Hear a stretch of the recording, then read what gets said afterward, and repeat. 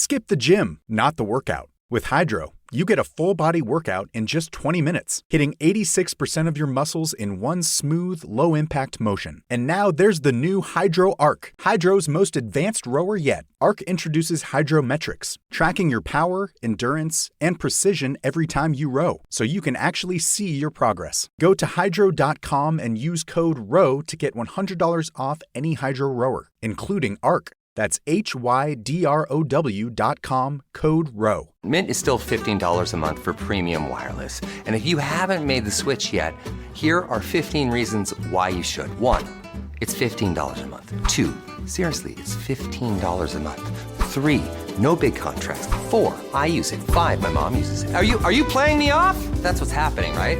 Okay, give it a try at mintmobile.com/switch.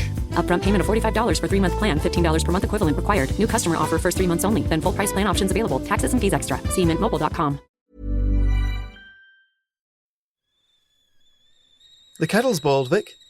Great. Perfect timing. Just a dash of milk for me, please, mate. Here you go. Shall we get started then?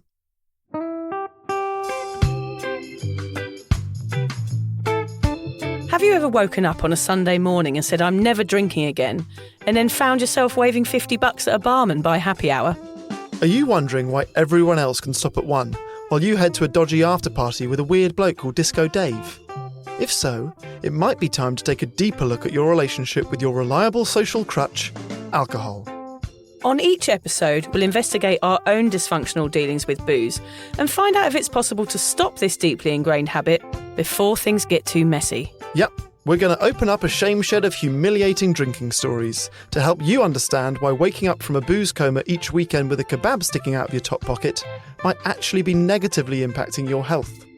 Hamish and I are here to delve into what it's like being sober, an unwanted warts and all look into why giving up those cheeky pints or putting down those mummy wines will make you feel happier, help your anxiety and mental health, and turn you into the most sparkly, authentic version of you. Won't that mean I become boring though, Vic? Well, Hamish, we'll just have to wait and see. I'm Victoria Vanstone. I'm Hamish Adams-Cairns. And this is Sober Awkward. Hamish, 3 years today. We're recording on a very special day today. The day 3 years ago that you decided to officially become boring. That's it. The walk that ended all of the funness in my life is the way I like to think of that walk with you. I sort of ruined your life, like in the best possible way. How does it feel? To be honest, I've sort of been celebrating like a 4-year-old child. Today, actually, has probably been like the most underwhelming of all of the days of this week. Yeah. Like Liz has basically been out all day, so I've just been home alone working. Right. I took myself out for a little sandwich for lunch. Lovely. And Liz is even out tonight, so I'm actually home alone with both kids tonight. Oh, so wow. I'm going to be drinking some sparkling cuvee. Yep. This is non-alcoholic sparkling cuvee, whilst bathing 2 children, trying to get one or both of them to sleep. But the cricket is on, so I can enjoy 25 seconds of that before something goes wrong tonight. Yeah.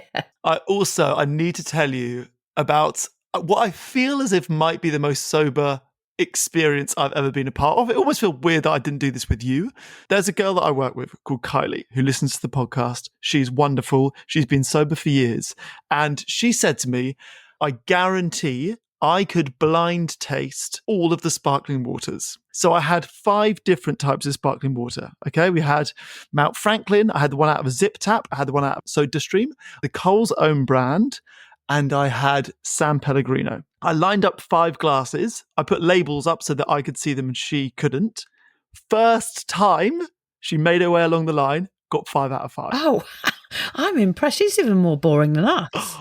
It was like one of the most impressive things I've seen with my own eyes. And I've watched 2 children being born. That's that doesn't compare. Yes. It was insane. I'm gonna try and do it myself. Yeah. But I won't get any of them right. Can you please film it if you do? Because I want to see a sparkling water challenge happening live and how entertaining or not entertaining that could possibly be.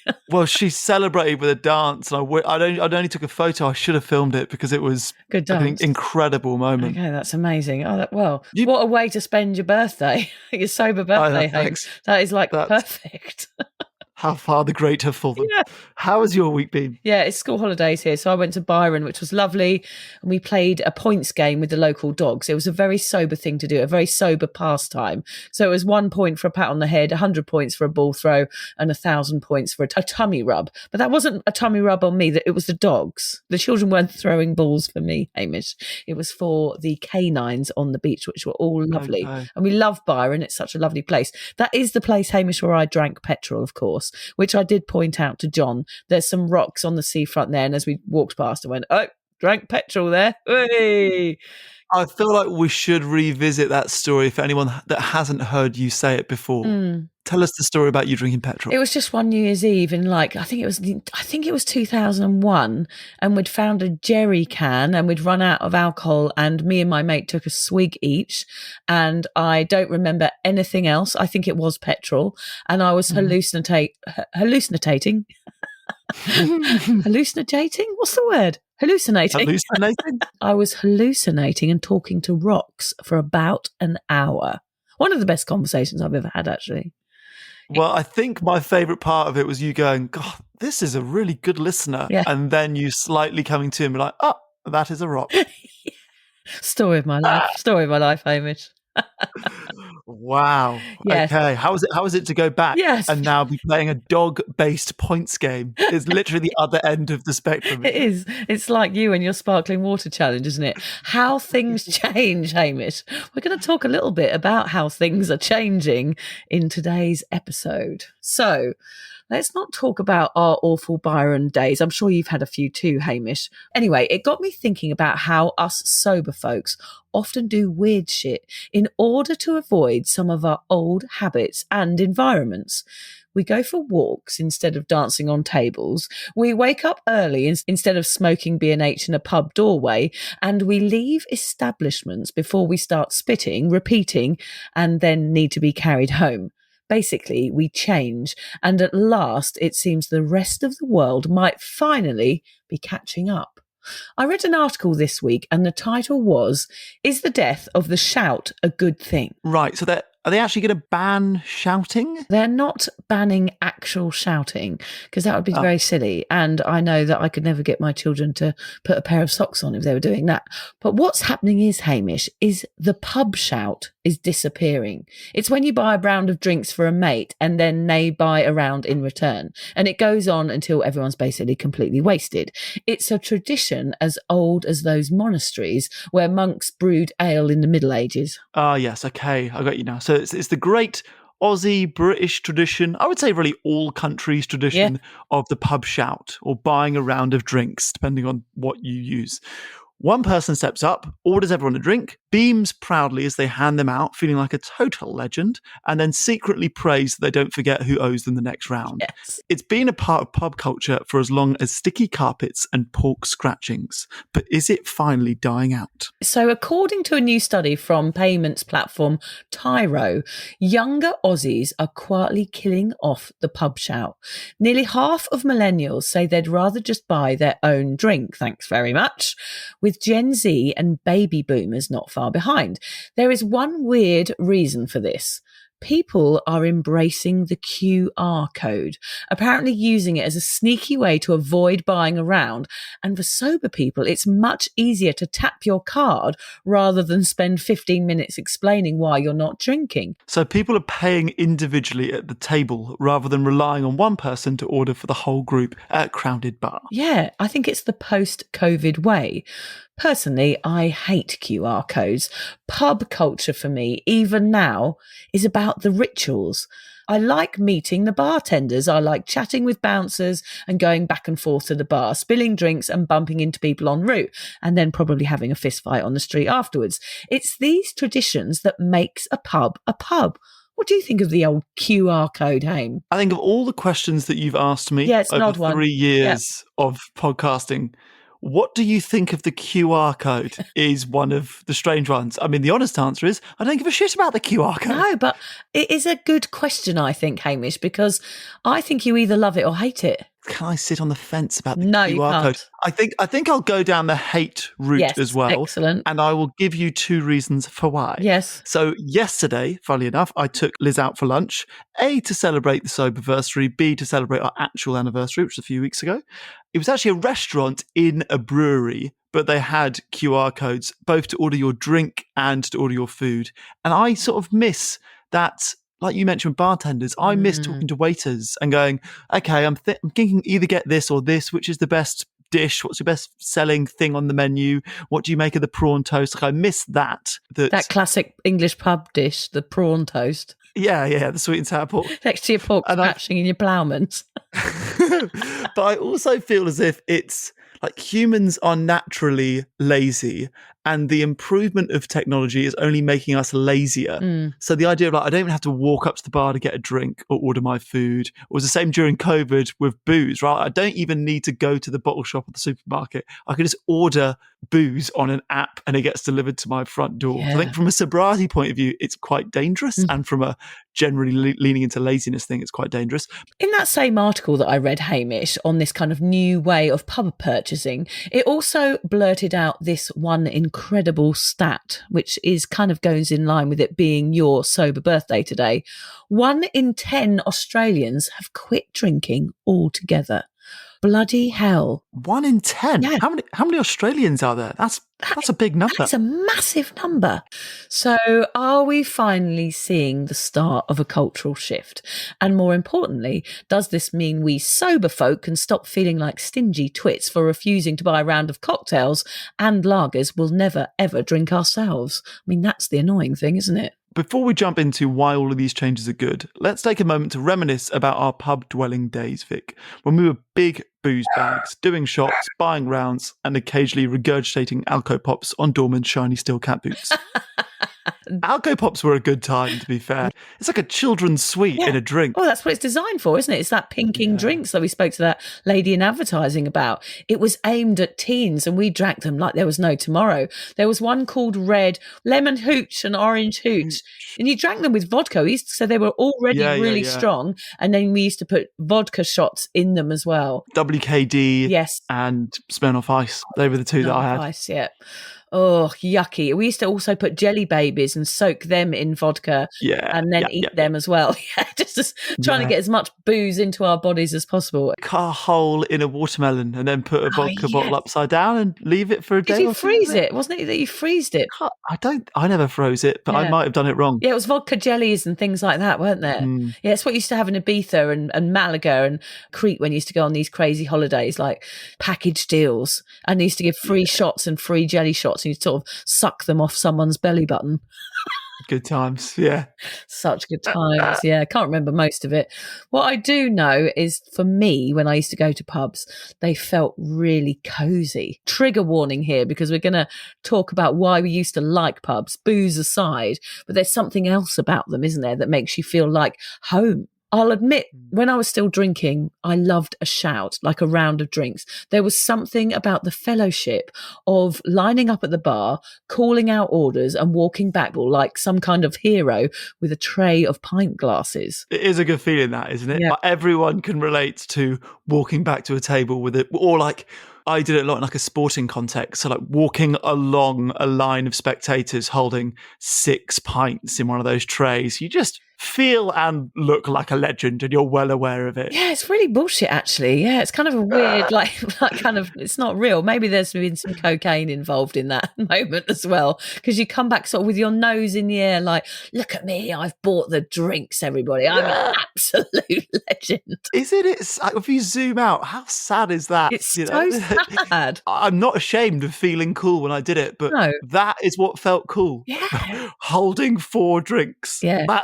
That's what it boils down to. Because I guess you're bringing the joy. That's what it is. Your tray of drinks that you're holding in front of you represents your friends having a better time because of you. So it's like people pleasing to the max, isn't it? Like, here I am, everybody. I'm getting the drinks in. Here they are. And I'm here to make your life better.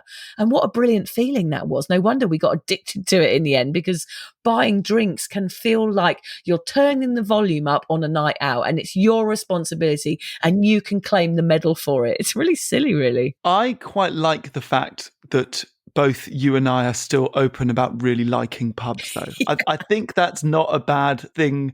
I think that would almost be comforting if I was newly sober to hear that you can still like pubs if you're sober. It's not like suddenly you hate going to the pub. So what else is it about pubs that tickles your turnip, Vic? Well, you saying that, it's kind of because we're reminiscing, really, aren't we? It's nostalgia.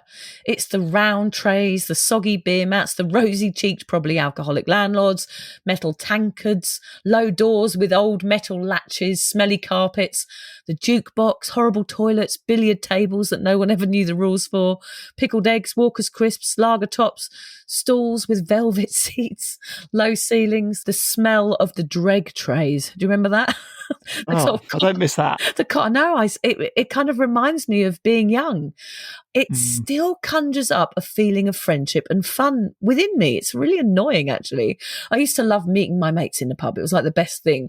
I do miss that a little bit, that sort of camaraderie. Not the booze, but the feeling. It was about the history too. Pubs in the UK are so old. That feeling of so many other people having been there before you. It was kind of a really cozy feeling. So that's it. That's the reason you developed an unhealthy relationship with alcohol, was mainly because of the history of pubs.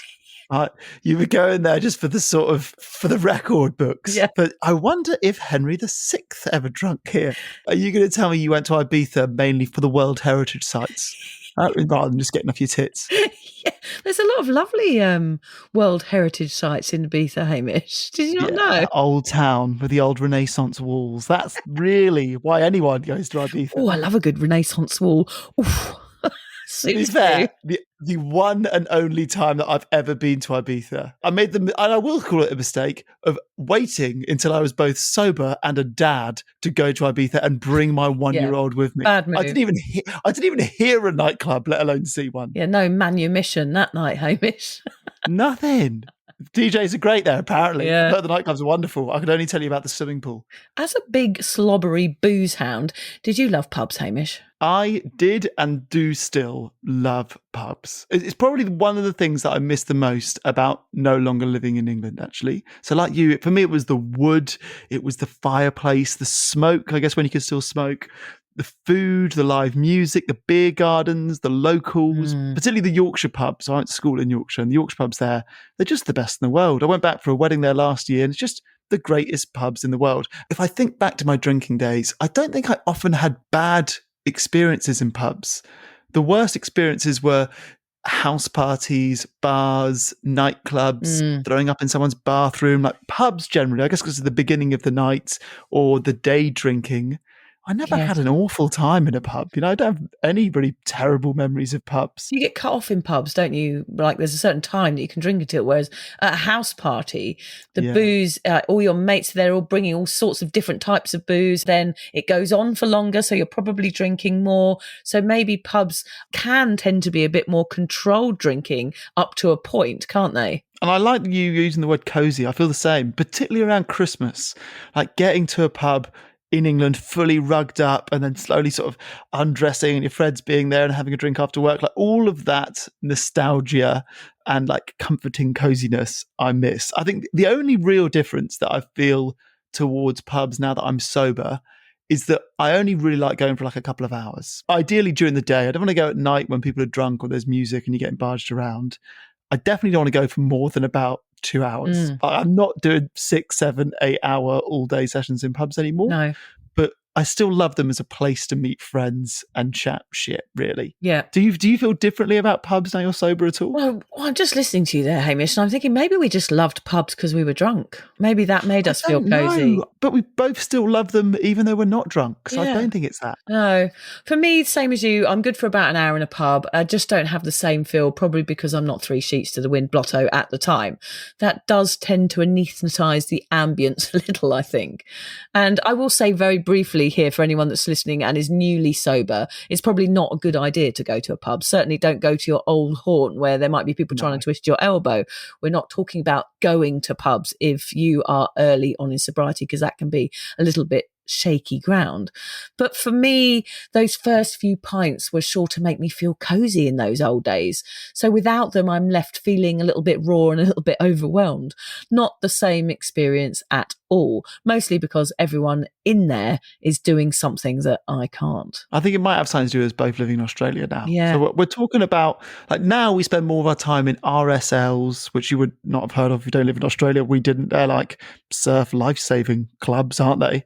And they call them hotels, which still doesn't sit well with me. Like, they're like, oh yeah, let's go to this hotel. Why are we calling pubs hotels here? It makes no sense. In England, the pubs are 16th century wooden floors, history, your big thing. Yeah. So it doesn't quite have the same feel. I'm yet to find an Australian pub that nails it, unless they're like English pubs in Australia, which do quite a good job. Yeah. But I guess that's the closest thing we get now is RSLs. Yeah, the ex-servicemen clubs. Yeah. It's very different here. I think the history we talked about in the UK made it seem even more ingrained, the habit of drinking, in fact. Like if you went to the pub and did not drink, it would be breaking some sort of cultural heritage.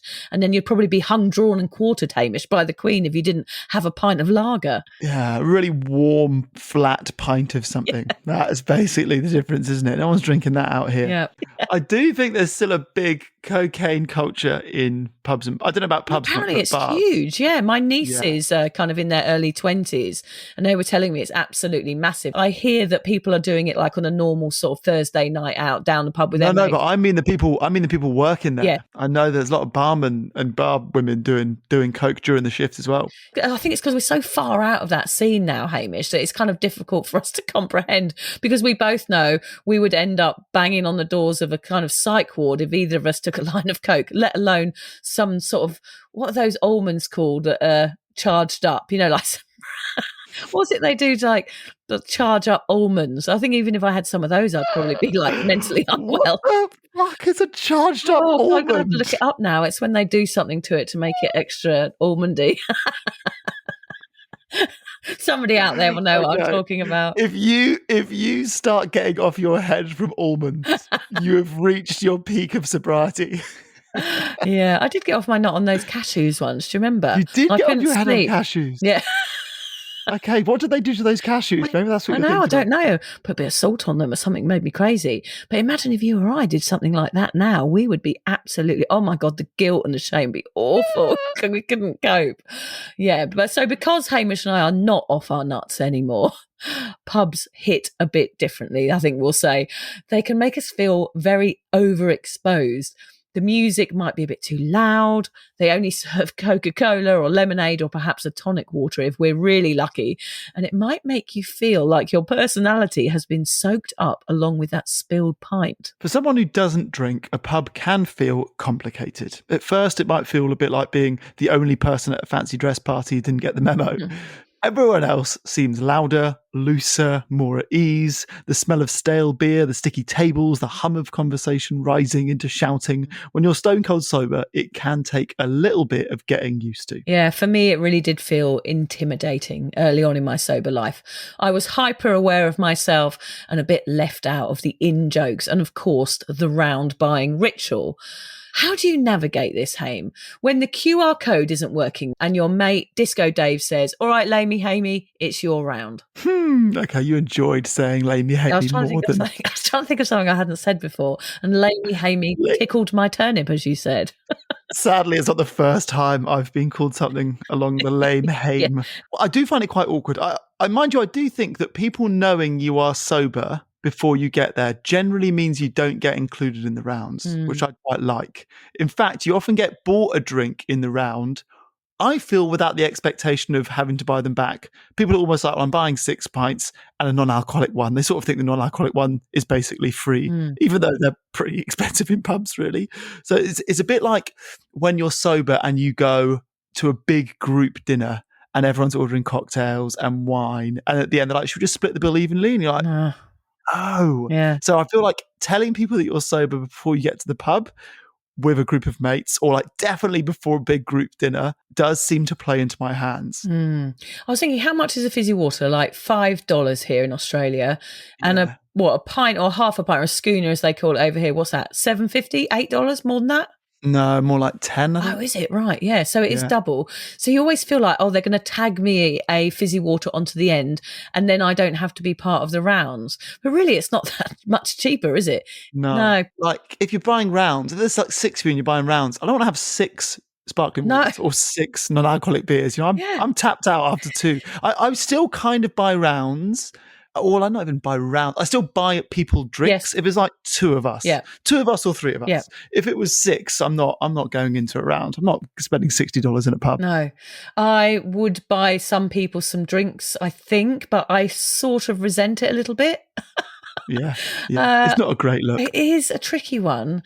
And you sort of feel like, well, maybe they think because I'm buying you a drink, you now owe me a drink. And of course, as we're sober, we're like, no, mate, that's not happening. We just don't feel like we should buy people's alcohol.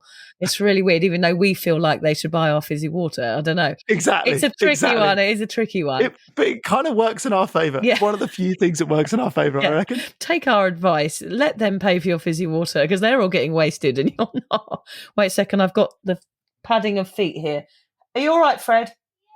Okay, sorry. It's school holidays and I'm home with Freddie having a mummy day, and I've put him on the Switch to have a game of Mario, so he's just plodding around in the background here. Yeah, so buying rounds can be difficult, and it can even be a reason that some people might never go sober. We don't want sober people to miss out on going to a pub if they feel strong enough to take themselves to one. We don't want you to be hiding at home like a scared little mouse. Sobriety is about pushing through the awkward and finding other ways to enjoy the experience. Skip the gym, not the workout. With Hydro, you get a full-body workout in just 20 minutes, hitting 86% of your muscles in one smooth, low-impact motion. And now there's the new Hydro Arc, Hydro's most advanced rower yet. Arc introduces Hydrometrics, tracking your power, endurance, and precision every time you row, so you can actually see your progress. Go to hydro.com and use code ROW to get $100 off any Hydro rower, including Arc. That's HYDROW.com, code ROW. Hey, Ryan Reynolds here from Mint Mobile. Now, I don't know if you've heard, but Mint's premium wireless is $15 a month. But I'd like to offer one other perk. We have no stores. That means no small talk. Crazy weather we're having. No, it's not. It's just weather. It is an introvert's dream. Give it a try at mintmobile.com/switch. Upfront payment of $45 for 3-month plan, $15 per month equivalent required. New customer offer first 3 months only. Then full price plan options available. Taxes and fees extra. See mintmobile.com. So here are some ways to still be part of the squiffy crowd and even still be part of the rounds of drinks if you want to be. Okay, so this is the only and most effective solution I've found to this is being upfront from the start. Yep. Like I said, let everyone know early doors. As soon as someone's even suggesting the idea of doing rounds or let's just split the bill at the end, get out, get your message clear then. You can say something like, hell no, I'm just going to do my own thing tonight.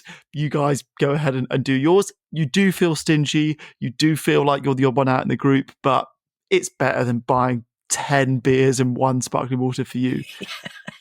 I mean, this episode, basically, Hamish and I are going to sound really tight. I think that is something that comes with this. We are. You need to be a little bit tight here because otherwise you're going to be spending a bloody fortune.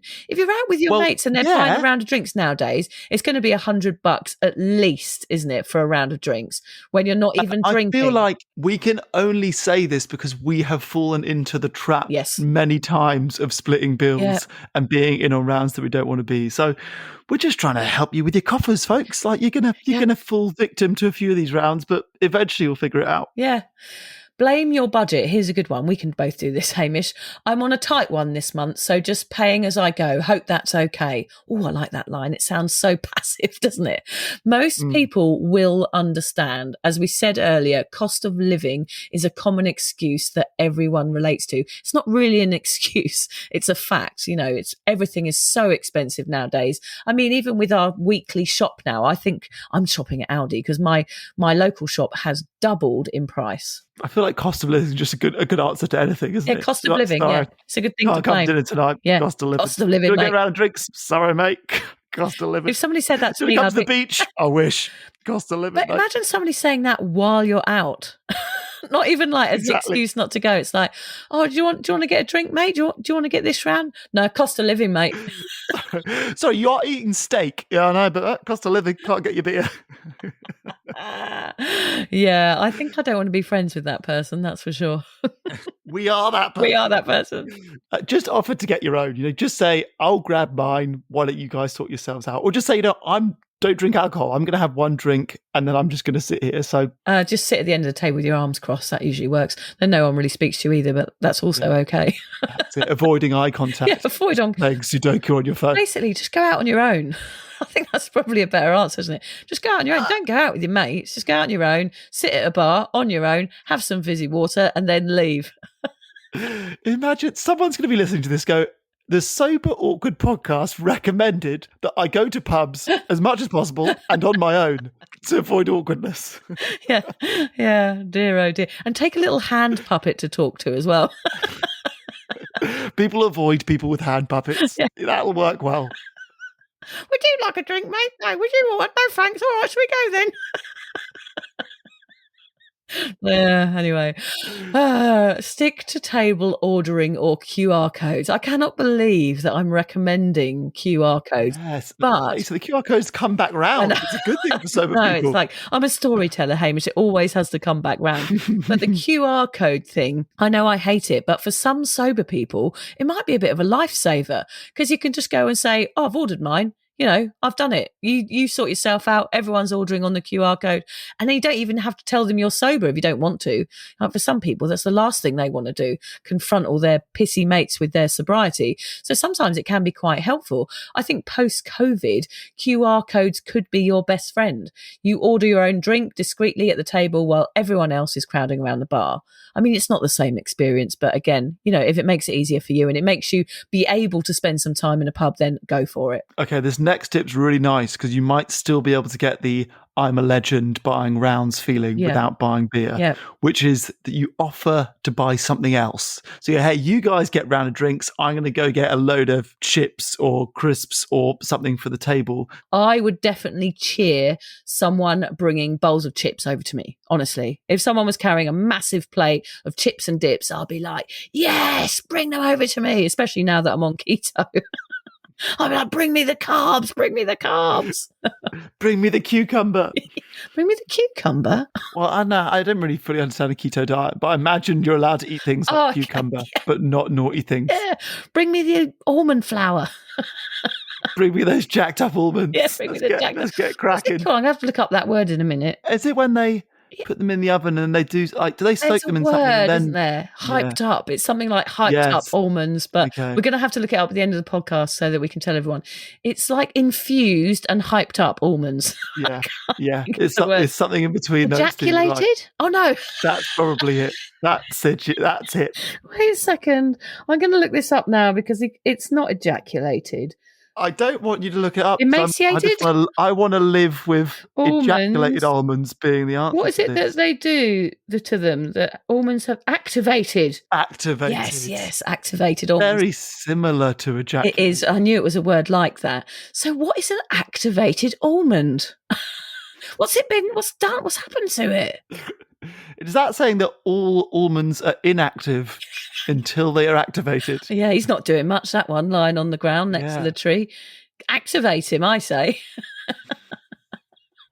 We've spent way too long talking about almonds this episode. We certainly have. What's that, almonds or almonds? Where do you sit on that Almonds, I would say, yeah. Okay, yeah. sure. We've talked actually about almonds and Mark Almond and ejaculation. There was that rumour, wasn't there, about the singer Mark Almond having to have his stomach pumped because he was so full of cum. I don't know if it's true. It was like was there a rumour about that? It was an online rumour about him. I'm sorry, Mark Almond, but it's just like the perfect story to tell. It's almonds related. It's the definition of an online rumour. He had to get his stomach pumped because he's so full of ejaculate. We can't have any of our sponsors on this episode. There's not a chance any doctor listening is like, oh yeah, that we do get 2 or 3 of those a weekend. We have to pump the stomach if somebody's got too much ejaculate in them.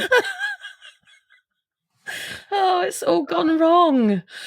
We'll put that in the show notes. Oh, yeah. Put that website. Well, fine. I'm going to find that story for you, actually. We're going to Google it in a minute and we're going to read it at the end because it was a horrible online rumour. Maybe it's true. I don't know. Make a joke of it. I'm having water tonight, say to your mates, unless you want me to buy a round of cucumber slices. It's all coming round, Hamish. Your cucumber is mentioned.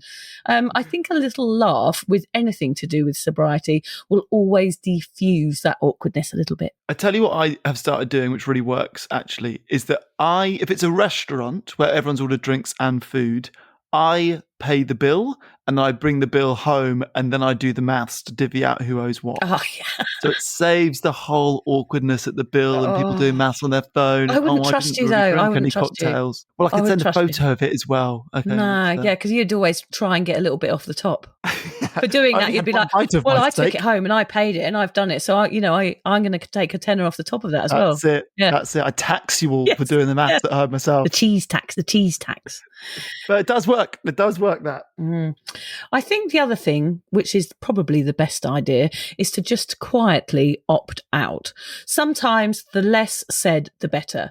Just keep getting your own drinks and no one will really notice that you're not in the round. Or do what I do and blatantly say, I'm only drinking fizzy water, so there's no fucking way I'm paying for all your expensive wines. I mean, that is literally what I will say, because I think that's fair enough. Why should somebody who's having like an orange squash pay for an expensive bottle of Pinot Grigio? It's just not fair. I think that if they are your proper mates, there is no way that they would expect you to pay for their expensive drinks. People are so much more respectful of non-drinkers nowadays, which is what we said at the beginning of this episode. Things are changing and pub etiquette is changing. And things like this is where your friends will stand up for you and pat you on the back rather than say, oi, come on, mate, have another round on me. The other benefit of attending any social event when you are sober is that you can leave at any time and really no one notices. We like to think that the party ends when we leave, or everyone talks about the fact that you left and it was only 8 o'clock. The truth is, people don't give as much of a shit about us as we like to think. They just carry on with their nights, particularly if they're already drunk. So yeah, just know that you can leave whenever you want if you're beginning to feel uncomfortable, and just duck out. We save something. There's always that crazy stat of like sober people save 2 years of their life in leaving parties early or something wild. Yeah, I think it's like some crazy stat like that. Yeah. Do you go to pubs now, Haim? Now that we've moved back to Sydney, we go far more than we did on the coast. I think maybe lots of our friends' kids really young, so they can go to a pub. Like Sonny is now 3, so going to pubs a bit of a fucking nightmare, to be honest. But we found a really good British roast at our local pub. Okay, that's cozy. So I'm going to pubs quite a lot, which I'm actually enjoying. I do still like pubs, but I cannot emphasize enough, it's not for every sober person. Like, do not throw yourself straight into an environment of drinking and drunk people and drinks on lit up countertops. Yes, yeah, it's like a casino in there, isn't it, really? Yeah. But no, I do still go and I do still enjoy them, but only for a little bit, like I said. And like going with my son is just crap. Like I run around pubs more than I sit in pubs. I chase him. Yeah. That's basically what I do in pubs. I was just thinking, there's this thing that I call the knowing. I was talking about it this morning to somebody. Actually, a girl jumped in behind me saying, paid for my coffee. Because I was just about to pay. Somebody jumped in front of me and put their card on the QR code thing, as a matter of fact, and paid for my coffee because she is a year sober today. Somebody that lives locally and said, it's thanks to you and Sober Awkward that I'm sober today. So that was lovely, Stacey. Thank you for doing that for us today. It was a really sweet gesture. Right. Same day as me. Yeah, same day as you. I must tell her that, actually. Same day as you. And the other funny thing is that happened down the cafe today is one of my mates from the boot camp, poor old Jodie, has cut one of her fingers off. I'm laughing now, but it's the same terrible. One as you? No, the other hand, the middle finger on the other hand. She was cutting some fronds in the garden and she snipped off the top of her finger with the secateurs, and now she's in my gang. She's in the Stumpy gang. What do you think about that? That's pretty cool, though. Do you think she did it because she's a fan?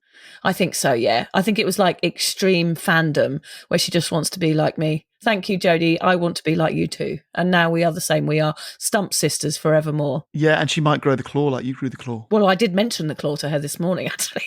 I said I grew like a kangaroo claw out. She was like, oh, God, I hope that doesn't happen to me. I was like, I hope it does, because it's quite interesting when it happens. It is, isn't it? And we are going off track, although I would like to talk about the claw more. Yes, no. Do you still go to pubs? I mean, they're not so much on the sunny coast, but when you travel, do you go to pubs? In England, I love going to pubs, especially on those long summer nights, but I just don't last long, and I'm okay with that. I've done so much pubbing in my life that it's time to see what lies outside of those walls and find other ways to fill my cup. What I was going to say at the beginning there, Hamish, is about the knowing. If you are thinking about going to a pub, you have to know, if you're sober, before you step into the threshold, that you are not going to have a drink, and that is a really important thing to say at the end of this podcast today. And I call it the knowing, and I do it with every sort of social event that I go to, is that I have to know in my heart that I'm not going to be tempted. And I'm not anymore, because I've been sober for such a long time. But in my early sobriety, it was really important to have that feeling of knowing myself so well now that I don't want to drink. And if you don't have that knowing, we don't recommend going. That makes sense because it rhymes, basically. That's nice. Yeah. So, Haim, if the pub shout is dying, could this actually be a chance for pubs and drinkers to evolve a little bit, to make space for everyone, even the sober weirdos like us? I mean, that would be nice, wouldn't it? Yeah. I would like to see some more alternative non-alcoholic drink options. There's usually like 2 beers. I do get a little bit of a buzz when I've had 2 beers in a pub and I go to order a third and they're like, we're out. I'm like, I drank the pub dry. And that, for a sober person, you get your kicks where you can. Yeah. And me drinking the pub dry of a non-alcoholic beer is a bit of a buzz. But yeah, we could do with a few more options. I guess it feels like the tides are slowly turning. I feel like that is happening slowly but surely. Yeah. 1 in 10 Australians. 1 in 10 Yeah, Australians. it's not bad. It's not bad. Somebody sent me an app the other day called Sober Point. Say hello. I'll say hello to Sarah quickly, who sent me that. She's logging all of the good places, establishments all over the world that have alcohol-free drinks on some sort of app. Yeah, so go and have a look for that. I do certainly feel like there needs to be more options for stuff to do at night. I do struggle at night a little bit. I get a bit bored. I'd love to do some more kind of evening pottery classes or dance, or maybe a place where I can go and play board games with people I don't know. Any other? That would be fun, wouldn't it? Have you got any other ideas? I think maybe you would fit right in like an old people's home. Yeah. Is it too soon? Yeah, no, it's never too soon. No, I'm. It's over 55s, Hamish. I'm ready in nearly 5-6 years. I'm ready to go. We could sneak you in with a fake passport. Yeah, Get you signed up now. Yeah. I feel like your being bored in the evenings is a real demonstration of you being in a different stage of parenting to me. My evenings are absolute mayhem. Even the idea of going out at night fills me either with anxiety of like not being in bed early, or guilt. The idea of Liz is at home with 2 kids who are potentially both going mental at the same time. Yes. Bedtime in our house at the moment is absolutely mental. All of us sleep in all 3 beds every night. Yeah.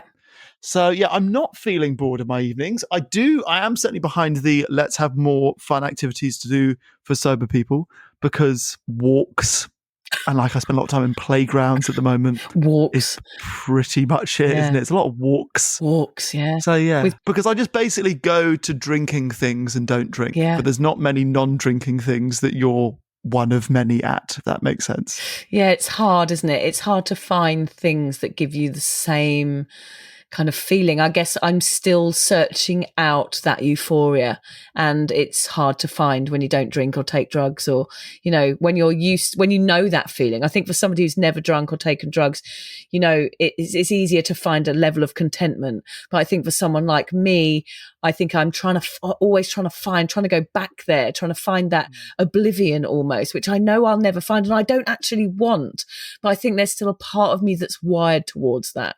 I remember when we spoke to Fatboy Slim, when he said when he DJ'd, he felt like he rattled a little bit and some of his old kind of drugs came to the surface and it made him feel a little bit off his head. Like, I'm still searching for that feeling. And it's really annoying, actually, and I hate it about myself. And I'm hoping that if I just, you know, keep working on myself, that eventually that will go.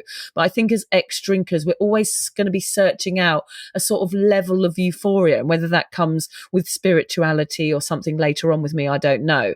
But I'm definitely open to looking at things like that and searching and finding a way for me to feel that sort of, I don't know, that blissful feeling that I used to feel after a couple of drinks. When you describe you searching for that feeling, the image that I've got in my mind is you sitting down in front of a table of different activated nuts and just making your way down like almonds, cashews, peanut, just seeing which one gives you the greatest buzz. Yeah. And then just being really disappointed when you've eaten 39 activated walnuts. This Brazil nut's doing nothing for me. It hasn't kicked in, mate. Have another one. Have another one.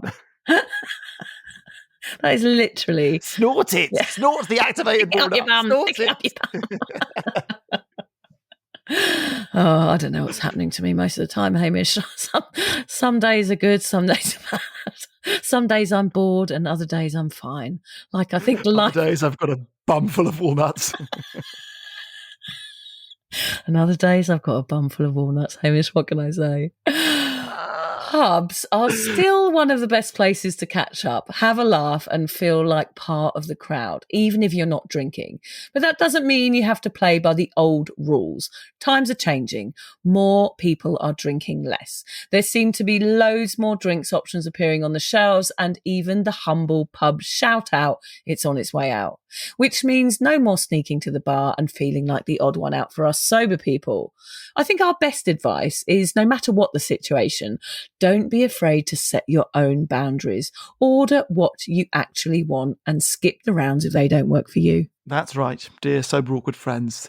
Good pub etiquette is about respect for others, for the tradition if you want it, but also for yourself. If you can laugh, join in and still leave with your dignity and funds intact, you're already doing it right. And we cheer you for that, even if it's just a sparkling water in your hand. All right, you're around then, Hamish. After that, where are we going? I'm probably going to get a couple of pints of milk in, maybe some pickled onion Monster Munch. Oh, yeah, pickled onion Monster Munch, my favourite. You're on.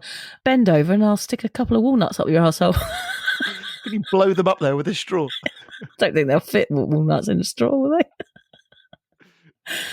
Thanks for listening, everybody. That was kind of bad advice, a lot in there, but try and take the good bits out. Just edit it yourself. Edit it with your brain. Take the information that's useful and discard all the rest. Yeah, be like your own ChatGPT on us.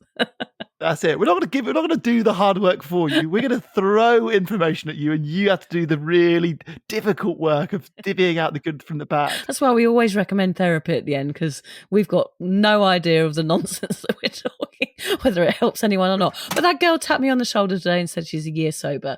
I just want to end by saying, happy sober birthday, you absolute legend, Hamish. 3 years you have been sober. I asked you to go sober for a year for the podcast, and here you are, marching on, being an absolute advocate for people that don't drink. So fully appreciate you, love you loads, and well done. Oh, thank you so much, Vic. Thank you. Yeah, whatever. Right, let's go now. Fuck off then. I'm going down the pub. Bye. If you're questioning your relationship with booze, you're struggling to moderate, or your hangovers are causing anxiety, it might be time to reach out for some support. Yeah, just talk to a mate about how you're feeling, contact a local doctor, find an AA or sobriety group. Vic's got one. Yeah, just head to www.cuppa.community. Remember, if you're questioning yourself, it might be time to seek support. Even though this journey can be awkward, it is definitely worth it. And if you've enjoyed the Sober Awkward podcast, don't forget to review it, rate it, and share it with your mates. Do they have to share it with their mates? Yeah, of course they do. I'm not doing this for nothing, Hamish. Bloody hell. How do they share it? I don't know, just write it on the document.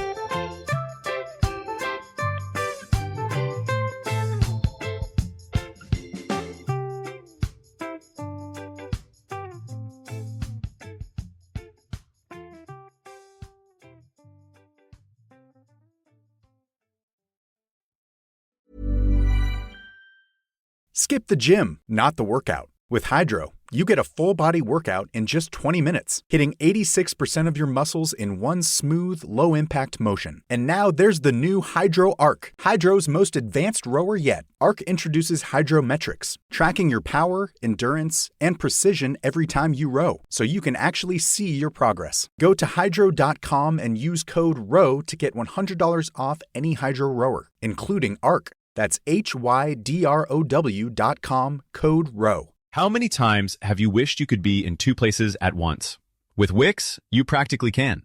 Wix's website builder is packed with powerful AI tools to make running your business online easier.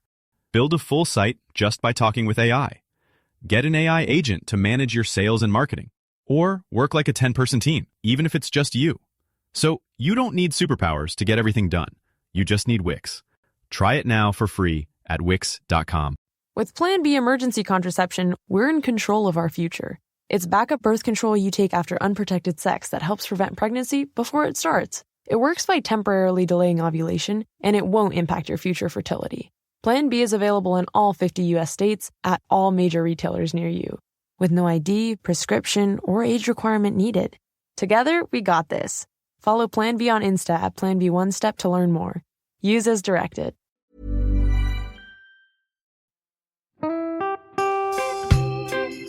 So, as you probably know, my comedy memoir, 1,000 Wasted Sundays, is officially out. All my magnificent fuck-uppery in one awkward hit. If you'd like to get your hands on a copy, it's now available from all good bookstores. We always say all good bookstores, don't we? Yeah. Are there bad bookstores? No, it's probably ones with moody sellers. Oh, yeah, really depressed librarian folk. Yes, okay, good. So there are probably some, but we're only storing it in the good ones. It's only made it into the goodies. You can also get it from all good online retailers. The print version and ebook are out now, and the audiobook will be available in March. I've been writing my memoir for 5 years. It will make you laugh, cry and cringe, and hopefully inspire a few people to reconsider their relationship with booze. If you love the podcast, then I think you'll love the book, even if I do say so myself. Hamish has read it. What did you think? I feel like I know a little bit too much about you now, to be honest, Vic. Look, I really loved it. It was hilarious and surprisingly moving, but I feel like I've seen you naked in a literary sense. Yeah. Does that make sense? Yeah, that's worrying. Yeah. From an emotional point of view, seriously, it wobbled my teeny weeny wooden heart, Vic. Okay. My teeny little wooden heart. Well, his wooden heart is broken. Anyway, so if you do manage to get your filthy mitts on a copy, please do me a favour and head to goodreads.com and give me a review. Doing that will help me get it out there to those that need a bit of sober support. So there you have it. My story, unwanted warts and all. Come and get awkward with me. Not to be too demanding or anything, but seriously, go and buy it now. Yeah, go and buy it. Go and buy it right now. Yeah, don't just tell your friends, buy it, and then buy your friends one or two. Yeah, don't give them a copy, buy it. Yeah. And you know what? Don't be careful where you store it. If you lose it, you can always buy another 5. Yeah, buy another one. Yeah.